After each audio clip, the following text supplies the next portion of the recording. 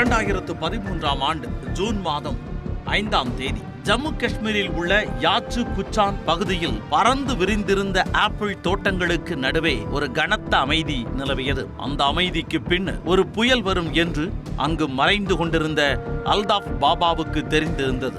அல்தாஃப் பாபா ஜெய்ஷ் இ முகமது எனும் பயங்கரவாத அமைப்பின் தளபதியாக செயல்பட்டவர். காஷ்மீரில் வேரூன்றியிருந்த பயங்கரவாத செயல்களுக்கு நீரூற்றி கொண்டிருந்த நபர். இந்திய ராணுவத்தால் தேடப்பட்டு வந்த அந்த பயங்கரவாதி அன்று பயத்தின் பிடியில் சிக்கிக் கொண்டிருந்தார். 12 ராணுவ வீரர்களை கொண்ட ஒரு குழு அல்தாஃப் பாபாவை சுற்றி வளைத்திருந்தது. இருதரப்பிற்கும் இடையே கடுமையான துப்பாக்கி சண்டை நிகழ்ந்து ஓய்ந்திருந்தது. இருள் கவ்வும் வரை துப்பாக்கி சண்டையை தொடர்ந்தால் எப்படியாவது அங்கிருந்து தப்பித்து விடலாம் என்பது அல்தாஃப் பாபாவின் எண்ணமாக இருந்தது. ஆனால் களம் அவருக்கு சாதகமாக இல்லை என்பது துப்பாக்கியை தூக்கிய போது தெரிந்து போனது. மீண்டும் துப்பாக்கி வெடிக்க தொடங்கிய போது அதுவரை படபடவென கற்றை கற்றையாய் சிதறி வந்த குண்டுகள் ஒற்றை ஒற்றையாய் வெடிக்க ஆரம்பித்தன. அப்படியானால் அல்தாஃப் பாபாவிடம் துப்பாக்கி குண்டுகள் தீர்ந்து விட்டன என்று அர்த்தம் என மனதிற்குள் கணக்கு போட்டுக் கொண்டிருந்தார் ராணுவ வீரர்களை வழிநடத்தி கொண்டிருந்த இளம் மேஜர். துப்பாக்கியில் நிரப்புவதற்கான தோட்டாக்களை கொண்ட ஒரு மேகசின் என்பது 30 குண்டுகள் வரை கொண்டிருக்கும். அந்த 30 குண்டுகளை வைத்துக் கொண்டு 12 பேரை தாண்டி தப்பிச் சென்று விட முடியுமா என்பது சந்தேகம்தான். ஆனாலும் தாக்குதலை தொடர்ந்து கொண்டிருந்தார் அல்தாஃப். எதிர்ப்பக்கம் இருந்து வந்த குண்டுகளை எண்ணிக்கொண்டிருந்தார் மேஜர். 10, 9, 8 என குண்டுகளின் எண்ணிக்கை குறைந்து கொண்டே வந்த நிலையில்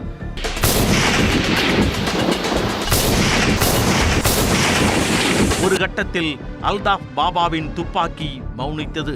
அது அல்தாஃபின் மரணத்திற்கு முன்னதாக செலுத்திய மௌன அஞ்சலியாக மாறியது. வாயு வேகத்தில் அல்தாஃப் பாபாவின் எதிரில் வந்து நின்றார் அந்த துணிச்சலான மேஜர். தொட்டுவிடும் தூரத்தில் நின்று கொண்டிருந்த அல்தாஃபின் உடலில் மரணத்தை இறக்கின மேஜரின் துப்பாக்கியில் இருந்து பறந்து வந்த தோட்டாக்கள். உடனடியாக தனது வயர்லெஸ் கருவியை இயக்கிய major commanding officer Amit Singh தபஸை தொடர்பு கொண்டார். அவரிடம் அல்தாஃப் பாபா கொல்லப்பட்ட தகவலை பகிர்ந்து கொண்டார். எப்படி இவ்வளவு உறுதியாக சொல்கிறீர்கள் என்று கேட்டார் தபஸ். அந்த பயங்கரவாதியின் சடலத்தின் பக்கத்தில் நான் நின்று கொண்டிருக்கிறேன். அவன் முகத்தை பார்த்தபடிதான் உங்களுக்கு பேசிக் கொண்டிருக்கிறேன் என்று பதிலளித்தார் மேஜர். அந்த மேஜர் தமிழ்நாட்டைச் சேர்ந்த முகுந்த் வரதராஜன்.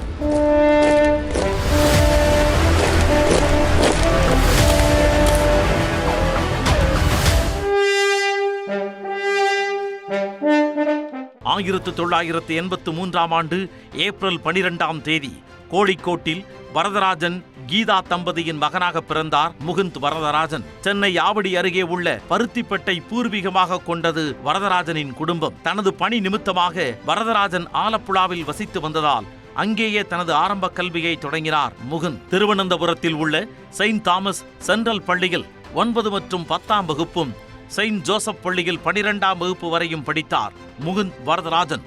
அதன் பின்னர் தனது தந்தை மாற்றலாகி தமிழ்நாட்டிற்கு வந்ததால் ஏனாத்தூரில் உள்ள ஸ்ரீ சந்திரசேகரேந்திர சரஸ்வதி விஸ்வ மகா வித்யாலயா கல்லூரியில் இளங்கலை வணிகவியல் படிப்பில் சேர்ந்தார் முகுந்த். இளங்கலை படிப்பை முடித்த பின்னர் தாம்பரத்தில் உள்ள மெட்ராஸ் கிறிஸ்தவ கல்லூரியில் இதழியல் பிரிவில் டிப்ளமோ படிப்பில் சேர்ந்தார். அங்குதான் இந்து ரெபேக்கா வர்கீஸை சந்தித்தார் முகுந்த் வரதராஜன். பத்தனம்திட்டா பகுதியைச் சேர்ந்த டாக்டர் ஜார்ஜ் வர்கீஸ் அகம்மா தம்பதியரின் மகளான இந்து பெங்களூருவில் தனது இளங்கலை படிப்பை முடித்துவிட்டு மாஸ் கம்யூனிகேஷனில் முதுகலை படிப்பதற்காக சென்னைக்கு வந்திருந்தார். கல்லூரியில் தொடங்கிய இருவரின் நட்பு காதலாக உருமாறியது. அந்த காலகட்டத்தில் முகுந்திற்கு மாடலிங் செய்வதில் ஆர்வம் இருந்தது.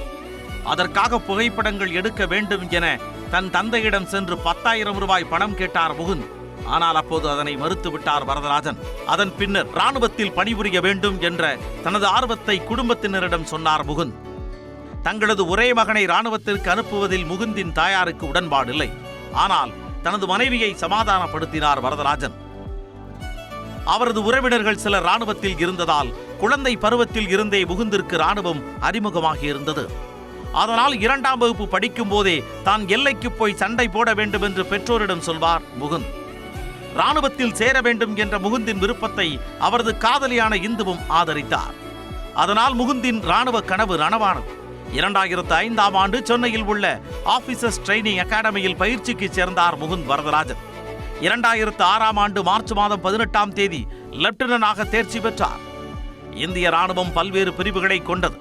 ஆர்மி ஹெட் குவார்ட்டர்ஸ் எனப்படும் தரைப்படை தலைமையகத்தின் கீழ் 7 கட்டளையகங்கள் செயல்படுகின்றன. தெற்கு கட்டளையகம், கிழக்கு கட்டளையகம், மத்திய கட்டளையகம், மேற்கு கட்டளையகம், வடக்கு கட்டளையகம், தென்மேற்கு கட்டளையகம் என 6 செயல்பாட்டு பிரிவுகளையும் ஒரு பயிற்சி கட்டளையகத்தையும் கொண்டிருக்கிறது இந்திய ராணுவம். இந்த கட்டளையகங்களில் மிகச்சிறந்த அணி ஒரு செக்ஷன் என அழைக்கப்படுகிறது. அதாவது 10 வீரர்கள் கொண்ட அணி ஒரு செக்ஷன் என்றும், 3 செக்ஷன்கள் கொண்ட அணி ஒரு பிளாட்டூன் என்றும், 3 பிளாட்டூன்களை சேர்ந்தது ஒரு ரைபிள் கம்பெனி என்றும், 3 ரைபிள் கம்பெனிகளை சேர்த்தது ஒரு பெட்டாலியன் அல்லது ஒரு ரெஜிமெண்ட் என்றும் அழைக்கப்படுகிறது. இந்த ரெஜிமெண்ட்டுகளில் அதிரடி செயல்களுக்கு பெயர் பெற்றது ராஜ்புத் ரெஜிமெண்ட். இந்திய ராணுவத்தின் மிகவும் பழமையான ராஜ்புத் ரெஜிமெண்டில் தான் பணிபுரிய வேண்டும் என்று ஆசைப்பட்டார் முகுந்த். அவரது ஆசைப்படியே 22 RR எனப்படும் ராஜ்புத் ரெஜிமெண்டில் பணிபுரியும் வாய்ப்பு முகுந்திற்கு கிடைத்தது. இதனிடையே முகுந்தின் காதல் பற்றி அவரது தந்தை வரதராஜனுக்கு தெரிய வந்தது. மகனின் ஆசையை நிறைவேற்ற விரும்பிய வரதராஜன் கிறிஸ்துவரான இந்து ரெபேக்கா வர்கீஸை மருமகளாக ஏற்றுக்கொள்ள தனது மனைவியை ஒப்புக்கொள்ள வைத்தார். ஆனால் இந்துவின் வீட்டில் அதற்கு அத்தனை எளிதாக சம்மதம் கிடைக்கவில்லை. காதல் போராட்டம் ஒருபுறம் நடந்து கொண்டிருக்க களத்தில் முன்னேறி கொண்டிருந்தார் முகுந்த் வரதராஜன். லெப்டினன்டாக பணியில் சேர்ந்த முகுந்த் 2008ஆம் ஆண்டு கேப்டனாக பதவி உயர்வு பெற்றார். அதன் பிறகு அவரது வாழ்க்கையிலும் அடுத்த கட்டத்திற்கு உயரம் தருணம் வந்துவிட்டது. நீண்ட போராட்டத்திற்கு பின் இந்துவின் வீட்டில் அவரது காதலுக்கு பச்சை கொடி காட்டினர். 2009ஆம் ஆண்டு ஆகஸ்ட் 28ஆம் தேதி முகுந்த் வரதராஜனும் இந்து ரெபேக்கா வர்கீஸும் தம்பதிகளாக தங்கள் வாழ்க்கையை தொடங்கினர். நாடு விடுமுறையில் வீடு என்பதுதான் ராணுவ வீரர்களின் தாரக மந்திரம். ஊரை விட்டு, உற்றார் உறவுகளை விட்டு, அபாயங்களின் அருகிலும் எதிரிகளின் பார்வையிலும் வாழும் ராணுவ வீரர்களுக்கு தங்களது முகாம்களே குடும்பமாக இருக்கிறது. அத்தகைய இறுக்கமான சூழலில் கூடியிருக்கும் வீரர்களை நகைச்சுவையாக பேசி சிரிக்க வைப்பதில் வல்லவர் முகுந்த் வரதராஜன். முகாமில் யாருக்கேனும் பிறந்த நாள் வருகிறது என்றால் முதல் ஆளாக கொண்டாட்டத்திற்கு தயாராக இருப்பார் முகுந்த். தங்களது அதிகாரிகளிடம் சக வீரர்கள் ஏதேனும் சொல்ல விரும்பினால் அதனை முகுந்த் மூலமாகவே தெரியப்படுத்துவார்கள். எப்படியாவது பேசி தான் சொல்வதை ஏற்க வைத்து விடுவார் என்பதால் அப்படி ஒரு உபாயத்தை கையாண்டனர் சக வீரர்கள். எல்லோரையும் அரவணைத்து அனுசரித்து செல்வதால் அதிகாரிகள் முதல் சக வீரர்கள் வரை எல்லோருக்கும் பிடித்தமானவராக இருந்தார் முகுந்த். பொதுவாக ராணுவத்தில் பணியாற்றும் வீரர்கள் அங்கு என்ன நடக்கிறது என்பதை தங்களது பெற்றோரிடம் கூட பகிர்ந்து கொள்ள மாட்டார்கள். பணியில் சேரும் பொழுது அப்படி ஒரு உறுதிமொழியை எடுத்திருப்பதால் தங்களது நடவடிக்கைகள் எதனை பற்றியும் குடும்பத்தார் எவரிடமும் ராணுவ வீரர்கள் பகிர்ந்து கொள்வதில்லை. முகுந்த் அதற்கு ஒருபடி மேலே போய் தான் காயம்பட்ட சம்பவங்களை கூட குடும்பத்தினரிடம் சொல்லாமல் மறைத்து விடுவார். ஒரு துப்பாக்கி சண்டையின் போது முகுந்தின் முதுகில் குண்டு பாய்ந்தது. பின்னர் அறுவை சிகிச்சை மூலம் அந்த குண்டு அகற்றப்பட்டது. ஒருமுறை கன்னிவெடியில் கால் வைத்துவிட்ட முகுந்த் தனது சக வீரர்களின் உதவியோடு அந்த மரணப்பிடியில் இருந்து தப்பி வந்திருக்கிறார். ஆனால் இதனை பற்றியெல்லாம் தனது குடும்பத்தாரிடம் மூச்சுக்கூட விட்டதில்லை முகுந்த் வரதராஜன். ஒருமுறை விடுமுறையில் வீட்டிற்கு வந்தபோது சுமைகளை தூக்க முடியாமல் சிரமப்பட்ட போதுதான் முதுகில் குண்டடிபட்ட விஷயத்தை வீட்டாரிடம் சொல்லியிருக்கிறார். அப்படிப்பட்ட தருணங்களில் இந்து கண் கலங்கினால், களத்தில்தான் மாண்டு போனால் கூட கண்கலங்க கூடாது என மனைவிக்கு தைரியம் ஊட்டுவார் முகுந்த். 2011ஆம் ஆண்டு லெபனானில் பாதுகாப்பு நடவடிக்கைகளை மேற்கொள்ளும் ஐக்கிய நாடுகள் சபையின் அமைதிப்படையில் இந்தியாவின் சார்பாக அங்கம் வகித்தார் முகுந்த் வரதராஜன். 2011ஆம் ஆண்டு மார்ச் மாதம் முகுந்த் இந்து தம்பதிக்கு அர்ஷியா என்னும் மகள் பிறந்தார். 2012ஆம் ஆண்டு மேஜராக பதவி உயர்வு பெற்ற முகுந்த் காஷ்மீரில் 44 RR எனப்படும் ராஷ்டிரிய ரைபிள் படைப்பிரிவில் பணியமர்த்தப்பட்டார். ராஷ்டிரிய ரைபிள் எனும் துணை ராணுவ படை ஜம்மு காஷ்மீர் பகுதியில் தீவிரவாதத்தை ஒடுக்குவதற்காக 1990ஆம் ஆண்டில் உருவாக்கப்பட்டது. அந்த படையின் கமாண்டிங் ஆபீசரான கர்னல் தபஸ் முதலில் மேஜர் முகுந்த் வரதராஜனை சந்தித்த போது அவர் நடிகர் மாதவனின் சாயலில் இருப்பதாக தோன்றியிருக்கிறார். அப்போது முதல் முகுந்த் வரதராஜனை மேடி என்றுதான் அழைப்பார் கர்னல். பார்ப்பதற்கு மேடி போல இருந்தாலும் தன் அதிரடி நடவடிக்கைகளின் மூலம் அங்கிருந்த அனைவரது மனதிலும் இடம் பிடித்தார் முகுந்த் வரதராஜன். அதற்கு உதாரணம் அல்தாஃப் பாபாவின் என்கவுண்டர். ஜெய்ஷே முகமது, ஹிஸ்புல் முஜாஹிதீன் ஆகிய 2 அமைப்புகளையும் ஒருங்கிணைத்து தெற்கு காஷ்மீர் பகுதியில் பயங்கரவாத செயல்களை அதிகப்படுத்த வேண்டும் என்பதுதான் அல்தாஃப் பாபாவின் இலக்காக இருந்தது. அந்த முயற்சி அல்தாஃப் பாபாவை சுட்டுக் கொன்றதன் மூலம் முறியடிக்கப்பட்டது. அந்த நடவடிக்கைக்காக தனக்கு பதக்கம் வழங்கப்படலாம் எனும் தகவல் முகுந்த் வரதராஜனுக்கு தெரிய வந்தது. உடனே கர்னலிடம் சென்ற முகுந்த் தனக்கு பதிலாக அந்த நடவடிக்கையில் மிகச் சிறப்பாக செயல்பட்ட 2 இளம் வீரர்களுக்கு பதக்கம் வழங்குமாறு கேட்டுக்கொண்டார். அவரது விருப்பப்படியே அவர்களுக்கு சேனா பதக்கம் வழங்கப்பட்டது. தனது சகாக்களுக்கு அங்கீகாரம் பெற்றுத்தரும் கனிவு கொண்ட முகுந்த் பயங்கரவாதிகளை அடியோடு அழிக்க வேண்டும் என்பதில் கண்ணும் கருத்துமாக இருந்தார். காஷ்மீரில் இயங்கும் பயங்கரவாத அமைப்புகளுக்கு வலுவான பின்புலம் இருப்பதால் GPS மற்றும் திசைகாட்டும் கருவிகளை பயன்படுத்துவது, வயர்லெஸ் கருவிகளை இயக்குவது, நில வரைபடத்தை பயன்படுத்துவது, கோடேட் மேட்ரிக்ஸ் தாள்கள் மூலம் தரவுகளை கையாள்வது என பயங்கரவாதிகள் தொழில்நுட்பங்களை கற்று தேர்ந்தவர்களாக இருக்கின்றனர். கோடேட் மேட்ரிக்ஸ் தாள்கள் எனப்படும் ரகசிய குறியீடுகளை கொண்ட தாள்களின் மூலம் தங்களது தகவல்களை தீவிரவாதிகள் பதிவு செய்து வைத்திருக்கின்றனர். அல்தாஃப் பாபா கொல்லப்பட்ட இடத்தில் இருந்தும் அப்படிப்பட்ட பல ரகசிய தகவல்கள் அடங்கிய தாள்கள் கைப்பற்றப்பட்டன. குறியீடுகளாக மறைத்து வைக்கப்பட்டிருக்கும் அந்த தகவல்களை கண்டறிந்தால் தீவிரவாதிகளின் அடுத்த கட்ட நகர்வுகளை அறிந்து கொள்ள முடியும். அதனால் அந்த தகவல்களை பெறுவதற்காக ஸ்ரீநகரில் இருக்கும் ராணுவத்தின் எலக்ட்ரானிக் மையத்திற்கு ஒன்றுவிட்டு ஒரு நாள் வருவதை வழக்கமாக வைத்திருந்தார் முகுந்த். அல்தாஃப் பாபா கொல்லப்பட்ட 3 மாதங்களுக்கு பிறகு ரகசிய குறியீடுகளை உடைத்து அதில் மறைக்கப்பட்டிருந்த தகவல்களை நிபுணர்கள் கண்டுபிடித்தனர். அதன் மூலம் காசிபத்ரி எனும் கிராமத்தின் மலை உச்சியில் சோஃபியா நகரை பார்த்தவாறு கட்டப்பட்டுள்ள வீடுகளில் ஏதேனும் ஒன்றில் தீவிரவாதிகள் பதுங்கி இருக்கலாம் என்பது தெரிய வந்தது. உடனே செயற்கைக்கோள் வரைபடத்தின் உதவியுடன் அந்த வீடுகளை அடையாளம் கண்டார் முகுந்த் வரதராஜன். தனது கமாண்டிங் ஆபீசர் முன்பாக அந்த வரைபடத்துடன் போய் நின்றார். காசிபத்ரி பகுதியில் நமது கண்காணிப்பை தீவிரப்படுத்தினால் என்றாவது ஒரு நாள் அங்கிருந்து நமக்கு நல்ல செய்தி கிடைக்கும் என்று உறுதியாக சொன்னார். 7 மாதங்களுக்கு பிறகு அந்த செய்தி கிடைத்தது. ஏப்ரல் 24ஆம் தேதி 2015ஆம் ஆண்டு பிரிவினைவாதிகளின் தேர்தல் புறக்கணிப்பு அறிவிப்புகள், கல்வீச்சு சம்பவங்கள் ஆகியவற்றை கடந்து அன்று காஷ்மீரில் தேர்தல் நடைபெற்றுக் கொண்டிருந்தது. தேர்தல் பணிக்காக அலுவலர்கள் மற்றும் பாதுகாவலர்கள் சென்று கொண்டிருந்த ஒரு பேருந்தின் மீது திடீரென பயங்கரவாதிகள் கொரில்லா தாக்குதல் நடத்தினர். அந்த தாக்குதலில் ஒரு தேர்தல் அலுவலர் உயிரிழந்தார். மேலும் 5 பேர் காயமடைந்தனர். பயங்கரவாதிகளின் அச்சுறுத்தலால் ஏற்கனவே மக்கள் வாக்களிக்க வர மறுக்கும் சூழலில் அத்தகைய தாக்குதல்கள் ஜனநாயகத்திற்கு மேலும் நெருக்கடியை ஏற்படுத்தும் என்பதால் அதற்கு தக்க பதிலடி தர ராணுவம் தயாராகி கொண்டிருந்தது.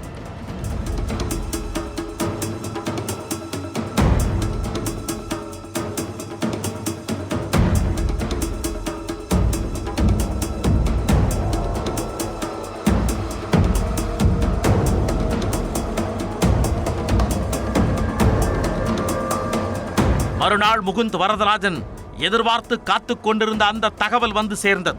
2015ஆம் ஆண்டு ஏப்ரல் மாதம் 25ஆம் தேதி பிற்பகல் 2:30 மணி மதிய உணவு இடைவேளைக்காக தனது முகாமில் அமர்ந்திருந்தார் முகுந்த்.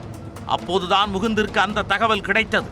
அது உணவு இடைவேளை அல்ல, உணவுக்கே இடைவேளை விடும் தருணம் என்பதை உணர்ந்து கொண்ட முகுந்த் உடனடியாக தனது குழுவினருடன் அங்கிருந்து புறப்பட்டார். ஜெய்ஷே முகமது அமைப்பின் தளபதியான அல்தாஃப் வானி காசிபத்ரி கிராமத்தில் தங்கி இருப்பதாக வந்த தகவல்தான் முகுந்தை உடனடியாக நடவடிக்கையில் இறங்க வைத்தது. ஏற்கனவே 10 மாதங்களுக்கு முன்னதாக முகுந்த் சுட்டுக் கொன்ற அல்தாஃப் பாபாவுக்கு பதிலாக தளபதியாக நியமிக்கப்பட்டவர் அல்தாஃப் வானி. ஆனால் அல்தாஃப் பாபாவின் மறைவிற்கு பிறகு ராணுவத்தின் ரேடார் கண்களில் சிக்காமல் இருந்த அல்தாஃப் வானி அன்று வலிய வந்து சிக்கிக் கொண்டார். பிற்பகல் 3 மணி தகவல் கிடைத்த அடுத்த அரை மணி நேரத்தில் காசிபத்ரி கிராமத்தில் இருந்தார் முகுந்த். 7 மாதங்களுக்கு முன் தனது கமாண்டிங் ஆபீசரிடம் முகுந்த் குறிப்பிட்டிருந்த வீடுகளில் ஒன்றில்தான் பதுங்கியிருந்தார் அல்தாஃப் வானி. மக்கள் வசிக்கும் பகுதிகளில் நடக்கும் தாக்குதல்களால் பொதுமக்கள் பாதிக்கப்பட்டுவிடக் கூடாது என்பதில் கவனமாக இருப்பார் முகுந்த். அதனால் அருகில் வசிக்கும் மக்களை அங்கிருந்து அப்புறப்படுத்தும்படி தனது குழுவினருக்கு உத்தரவிட்டார். அதன்பின் 12 பேர் கொண்ட முகுந்தின் குழுவினர் 2 பேர் கொண்ட 6 அணிகளாக பிரிந்தனர். அல்தாஃப் வானி பதுங்கி இருந்த அந்த 2 மாடி வீட்டை சுற்றி முற்றுகையிட்டனர். மிகவும் விசாலமாக கட்டப்பட்டிருந்த அந்த வீட்டின் காம்பவுண்டிற்குள் ஒரு பறந்து விரிந்த தோட்டம் மற்றும் 2 அவுட் ஹவுஸ்களும் இருந்தன. அந்த வீட்டிற்குள் எத்தனை பேர் இருக்கின்றனர் என்பது குறித்த தகவல்கள் எதுவும் கிடைக்காததால் சக்தி வாய்ந்த ஆயுதங்களை உபயோகிப்பதை தவிர்த்தார் முகுந்த். அதே நேரம் மறைந்திருந்து சுட்டு தாக்குதல் நடத்தும் ஸ்னைப்பர்கள் அந்த பகுதிக்கு வந்து சேர்ந்தனர். அந்த பக்கத்தில் இருந்த வீடுகளின் கூரைகளில் தங்களுக்கு வசதியான இடத்தில் பதுங்கிக் கொண்டனர். ஆனால் அங்கிருந்தும் வீடுகளுக்குள் யார் எங்கிருக்கிறார் என்பது புறப்படவில்லை. அப்போதுதான் அந்த கிராமத்தைச் சேர்ந்த ஒருவர் அங்கு 3 பேர் பதுங்கியிருப்பதாக தெரிவித்தார். உடனே தனது கமாண்டிங் ஆபீசரை தொடர்பு கொண்ட முகுந்த் வரதராஜன் அல்தாஃப் வானியோடு மேலும் 2 பயங்கரவாதிகள் அங்கு இருப்பதாகவும் தாங்கள் அவர்களை நெருங்கி போவதாகவும் தெரிவித்தார். அடுத்த நொடி துப்பாக்கிகள் படபடத்தன. இருதரப்பிலும் பொறிபறந்த சண்டை கிட்டத்தட்ட 1 மணி நேரம் நீடித்தது. ஆனால் பயங்கரவாதிகள் வீட்டின் எந்த பகுதியில் இருந்து சுடுகிறார்கள் என்பதை கணிக்க முடியவில்லை.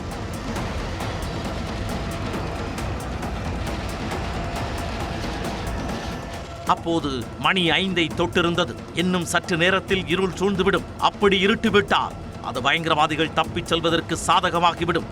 தங்களது முற்றுகையில் இருந்து ஒரு பயங்கரவாதி தப்பிச் சென்றால் அது படையினரை சோர்விழக்கச் செய்யும், பயங்கரவாதிகளை ஊக்கமடைய செய்யும் என்பதை உணர்ந்த முகுந்த் அதற்கு இடம் கொடுக்க கூடாது என்று உறுதி பூண்டார். ஆனால் துப்பாக்கி சண்டையில் எந்த முன்னேற்றமும் இல்லாத நிலையில் கடிகாரம் வேகமாக சுழன்று கொண்டிருந்தது. அதற்கு மேலும் பொறுக்க முடியாது என்பதால் அடுத்த வியூகத்தை வகுத்தார் முகுந்த் வரதராஜன். தனது சக வீரரான விக்ரமுக்கு கிசுகிசுத்த குரலில் தன் திட்டத்தை விவரித்தார். அதன்படி துப்பாக்கி சண்டை தொடர்ந்து கொண்டிருக்க முகுந்தும் விக்ரமும் தரையில் ஊர்ந்தவாறே அந்த வீட்டை நோக்கி முன்னேறத் தொடங்கினர். தலைக்கு மேலே இருபுறத்திலும் குண்டுகள் பறந்து கொண்டிருக்க தோட்டத்தின் வழியாக ஊர்ந்து சென்ற இருவரும் வீட்டின் வாயிற் பகுதியை அடைந்தனர்.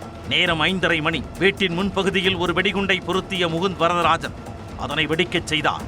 அதில் வீட்டின் முன்பகுதி உடைந்து விழுந்தது. அடுத்த நொடி தங்களது துப்பாக்கிகளை ஏந்திய விக்ரமும் முகுந்தும் படபடவன வீட்டின் உட்பகுதியை நோக்கி சுட ஆரம்பித்தனர். உடனே வீட்டிற்குள் இருந்தும் பதில் தாக்குதல் தொடங்கியது. அதில் ஒரு தோட்டா முகுந்த் வரதராஜனின் தோளை தொட்டுச் சென்றது. அப்போதுதான் வீட்டின் உடைந்த பாகங்களுக்குள் இருந்து ஒருவர் சுட்டுக் கொண்டிருந்ததை முகுந்தின் சக வீரர் கண்டனர். உடனடியாக அவர்கள் நடத்திய துப்பாக்கிச் சூட்டில் அந்த பயங்கரவாதி உயிரிழந்தார். கவனமாக அவரது அருகில் சென்று முகத்தை உற்று நோக்கினார் முகுந்த். அங்கு இறந்து கிடந்தது அல்தாப் வாணி அல்ல என்பது உறுதியானது. மொத்தமுள்ள 3 பேரில் ஒருவர் கொல்லப்பட்டு விட இன்னும் 2 வீட்டிற்குள்ளேயே பதுங்கியிருந்தனர். அதில் ஒருவர் அல்தாப் வாணி என மனதிற்குள் கழித்தல் கணக்கிட்டுக் கொண்டிருந்த முகுந்த் அடுத்த அடியை எடுத்து வைப்பதற்குள் வீட்டின் இருடான மூலையில் இருந்து சில கையெறி குண்டுகள் வாயிற் பக்கமாக வந்து விழுந்தன. சட்டென்று சுதாரித்துக் கொண்ட முகுந்த் வரதராஜனும் விக்ரமும் கையெறி குண்டுக்கு சிக்காமல் தாண்டி விழுந்தனர். அந்த இடைவெளியை பயன்படுத்திக் கொண்டு வீட்டிற்குள் இருந்து ஒரு உருவம் அவுட் ஹவுஸை நோக்கி சென்றது. வீட்டின் முன்பகுதியை கடந்து சென்ற அந்த உருவம் முகுந்த் வரதராஜனை பார்த்து கொண்டே சென்றது. முகுந்தும் அந்த உருவத்தை உற்று கவனித்தார். அது அல்தாப் வாணி. அவுட் ஹவுஸுக்குள் நுழைந்து கொண்ட அல்தாப் வாணி மீது கையெறி குண்டை வீசினார் முகுந்த். அந்த தாக்குதலில் ஒருவர் கொல்லப்பட்ட போதும் உள்ளே இருந்து துப்பாக்கி குண்டுகள் சீறி பாய்ந்து வந்து கொண்டிருந்தன. அப்போதுதான் அல்தாப் வாணியுடன் சேர்ந்து மற்றொரு பயங்கரவாதியும் அவுட் ஹவுஸுக்குள் சென்றது தெரிய வந்தது. அதுவரை 2 பயங்கரவாதிகள் இறந்துவிட்ட நிலையில் அல்தாப் வாணியின் துப்பாக்கி இடைவிடாமல் வெடித்தது. அதில் 2 குண்டுகள் விக்ரமின் மீது பாய்ந்தன. கழுத்தில் ஒன்றும் தாடையில் ஒன்றுமாக பாய்ந்த குண்டுகளால் சரிந்து விழுந்தார் விக்ரம். தனது சக வீரரும் சகாபுமான விக்ரம் சாவை தழுவிய போதும் தனது கடமையை காக்க தொடர்ந்து முன்னேறினார் முகுந்த். கையில் இருந்த AK-47 இருந்து அசுர வேகத்தில் வெளியேறிய தோட்டாக்கள் ஒரு கட்டத்தில் பகையாளியின் உயிரை பறித்தன. ஆபரேஷனை வெற்றிகரமாக முடித்த திருப்தியோடு கம்பீரமாக வீட்டிற்குள் இருந்து வெளியே வந்த முகுந்த் சற்றும் எதிர்பாராத விதமாக சுருண்டு விழுந்தார். துப்பாக்கிச் சூட்டில் முகுந்த் வரதராஜனின் உடலிலும் 3 குண்டுகள் பாய்ந்திருந்தன. அதனால் ஏற்பட்ட இரத்த இழப்பால் மருத்துவமனைக்கு கொண்டு செல்லும் வழியிலேயே இந்த மண்ணை விட்டு பிரிந்தார் முகுந்த். தேசத்திற்காக உயிரை ஈந்த முகுந்தின் உடலை சுமந்து கொண்டு சென்னைக்கு வந்தது ஏர் இந்தியா விமானம். சென்னையில் முகுந்த் வரதராஜனின் இறுதிச் சடங்குகள் நடைபெற்ற போது முகுந்த் எதிர்பார்த்தபடியே கணவரோடு சேர்ந்து தன் கண்ணீருக்கும் விடை கொடுத்திருந்தார்.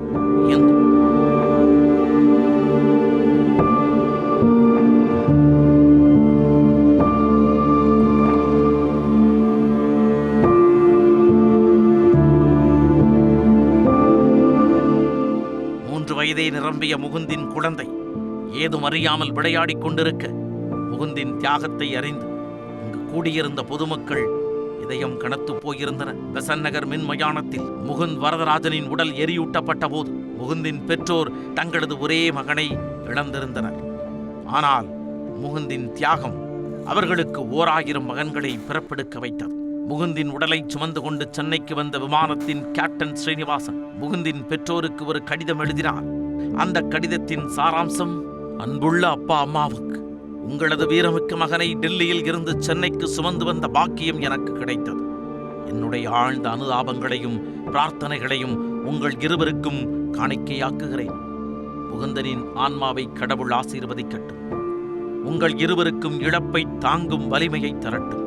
தயவு செய்து உங்கள் மகன்களில் ஒருவனாக என்னை எண்ணிக்கொள்ளுங்கள். இப்படி நாடு முழுவதும் இருந்து திரண்ட ஏராளமானோரின் அன்பு முகுந்தின் குடும்பத்திற்கு ஆறுதலாக இருந்தது. முகுந்தின் கமாண்டிங் ஆபீசர் அவரது குடும்பத்திற்கு எழுதிய கடிதத்தில், எப்பொழுதெல்லாம் முகுந்தின் பெயர் உச்சரிக்கப்படுகிறதோ அப்பொழுதெல்லாம் எனக்கு அவரை தெரியும். அவர் எனது மிகச்சிறந்த ஆபீசர் என பெருமையாக சொல்வேன். அன்று முதல் இன்று வரை சமூக வலைத்தளங்களில் அவரது புரொஃபைல் புகைப்படமாக முகுந்த் வரதராஜனின் புகைப்படத்தை வைத்து மானசீகமாக மரியாதை செலுத்தி வருகிறார்.